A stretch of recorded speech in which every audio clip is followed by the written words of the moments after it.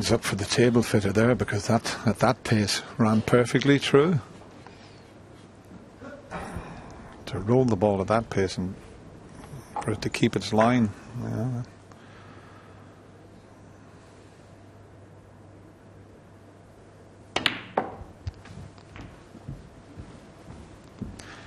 Now, can he get in behind the colours?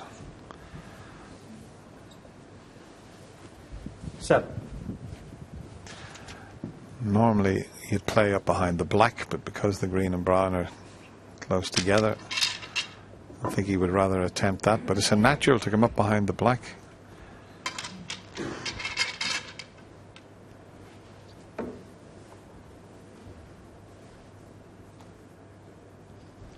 Gotta watch he doesn't hit this too hard with that extension on the table. I've seen that happen before, where a player has hit the ball and it's gone over him, caught the extension, but he has got it in behind the brown. Now Ronnie's got out of a few tricky snookers, and this is another one. Needs a little touch aside on this also. He's going between the pink and the black. This time he's got it again. I think Ronnie felt he got too much side on it that time.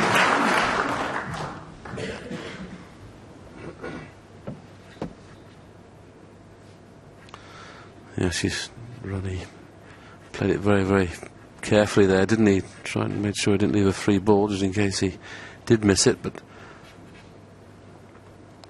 you see Ronnie just jump up on the shot here, and he thought he'd put too much side on. Stopped in his tracks. If this is hard enough, it's good, but it's not quite. It is hard enough. And he's taken the one cushion escape out of the equation here, so this is not easy. You see the little touch aside on that? I was like you, Willie. I thought it's not hard enough, and then the side took off the cushion and slipped in behind the black. And there's enough room to go around the yellow. Just watch the white here as it hits the cushion. Just watch it. Just a little bit of side took it into the snookering position, and lots of side required again here. He's going between pink and blue, believe it or not. Not this time. Foul. So all of a sudden, Matthew Stevens, after playing for what, maybe the last 8 minutes, has got the snooker that he needed. He could pinch this frame by 1 point. But after doing all that hard work, does he risk a very difficult yellow, or does he wait for a better chance? It's certainly a relatively straightforward safety shot. You can hit the yellow very, very thin on the right hand side, get the white up towards the black and pink, and put the yellow in the middle of the back cushion, but I don't think he's playing that. Playing the yellow up and down. It's a strange choice, that, because if he gets it wrong, which he has done, he's going to leave a shot to nothing. Would you have played it that way, Dennis? I probably would, but I'd have made sure I got the yellow past the black. I definitely wouldn't have left a possible cut in, as you say, Willie. A free shot, really, at this yellow.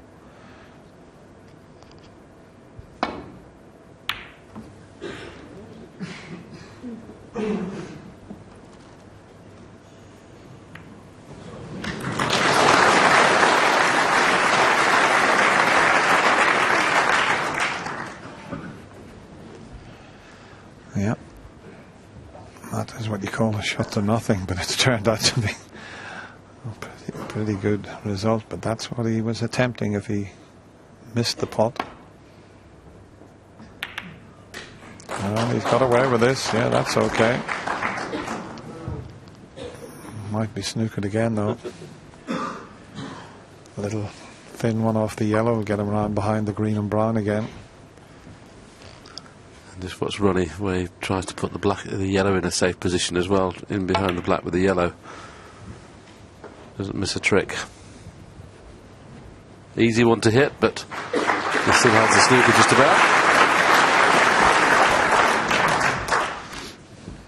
Just looking at that, Matthew might be able to get the snooker back behind the black, because he'll send the yellow back up the table.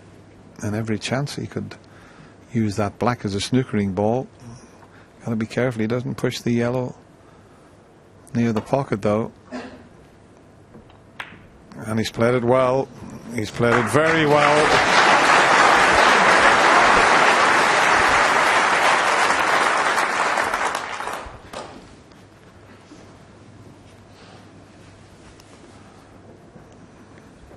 Yeah, you can swerve this right-hand side. Just watch the side. I don't think he's hit it hard enough. Yeah, just about. Whoa.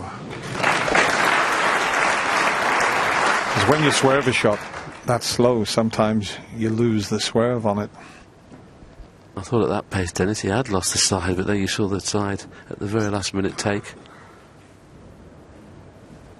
Just watch this here. I mean, I thought it was too slow to take, but it did.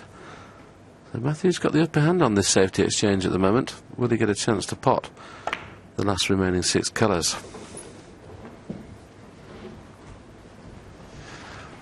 Well, you can't get a shot at the yellow. Not an easy shot, that's for sure. Matthew has got him snookered again. Easy to escape, but got to be a bit careful here.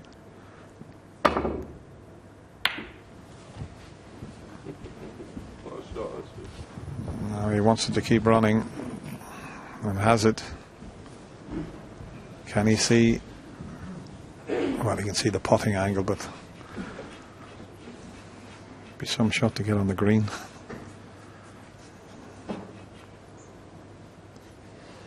And it looks as if he's giving it a go. He won't be hitting this easy. He's done all the hard work. He's got the snooker, and it looks as if he wants to risk this. Awkward bridging. You'll have to power it in to get anywhere near the green.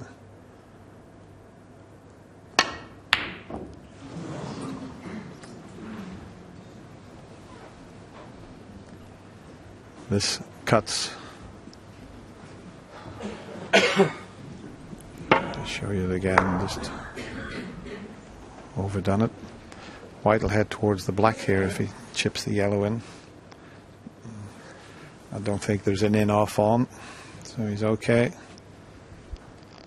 Yes, Ronnie hasn't potted a ball now for over 20 minutes, and this is not the easiest ball to attempt.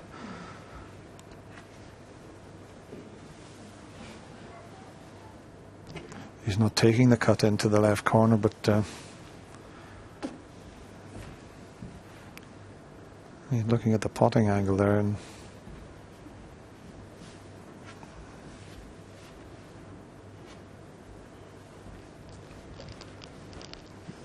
it looks like if he played with enough side, Dennis, he'd probably be able to get the cue ball very close to being in behind green and brown. But what obviously is reluctant to do is leave the yellow in the jaws if he misses it. So he's refusing the pot, which is unusual.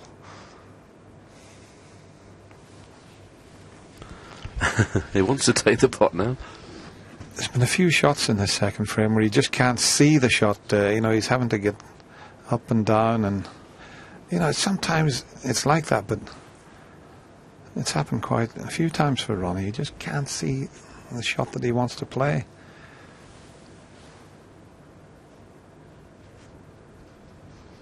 So he's playing the 2 shots in one, playing the pot and the snooker just in case. 2. Well, he puffed his cheeks there, and you don't see that very often from Ronnie O'Sullivan, but that pot was on and he nearly refused it.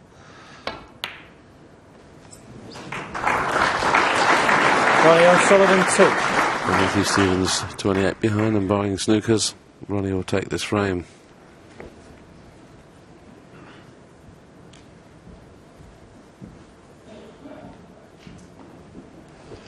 Well, I must admit I was expecting quick fire action. We've had a 23-minute frame, 32 minutes and counting, but that's just the way the frame's gone. You know, we've had some very good tactical and snookers, and that will be the end of the frame. Foul. Ronnie O'Sullivan. Yeah, Matthews decided to concede, and it was a slow frame that Ronnie O'Sullivan made it 52 early. Looked like he was going to win it convincingly. In the end, he won it very, very closely, and he leads 2-0. And of course, sadly, from Matthew Stevens' perspective, that scoreline does not reflect the huge amount of work that he's invested in the first couple of frames. I suppose it's good to see. I mean, both these players are renowned for their proficiency in scoring and making big breaks. But also they're showing a different side to them. They're showing their battling qualities, and they're also showing their tactical astuteness. I mean, Matthew laid some fantastic snookers there, 6 or 7 snookers. Ronnie got out of 5 of them and just missed one. And he had a half a chance there, Matthew, at the long yellow. He'd be bitterly disappointed, but I'm sure Ronnie will be disappointed as well, because he should have secured that frame maybe 10 minutes ago. And sometimes when you put yourself through the ringer, that you know you should have won that frame and put it to bed, and 10 minutes later you're still playing it, it does have an effect on you. You don't feel as sort of comfortable as if he had won that frame 10 minutes ago. So you're not totally pleased with yourself. So Ronnie, better for Ronnie and Matthew just to win a frame really quick and get their teeth into this match. OK, well, the scoreline says 2-0, but let's take a look at Ronnie's stats throughout the entire season.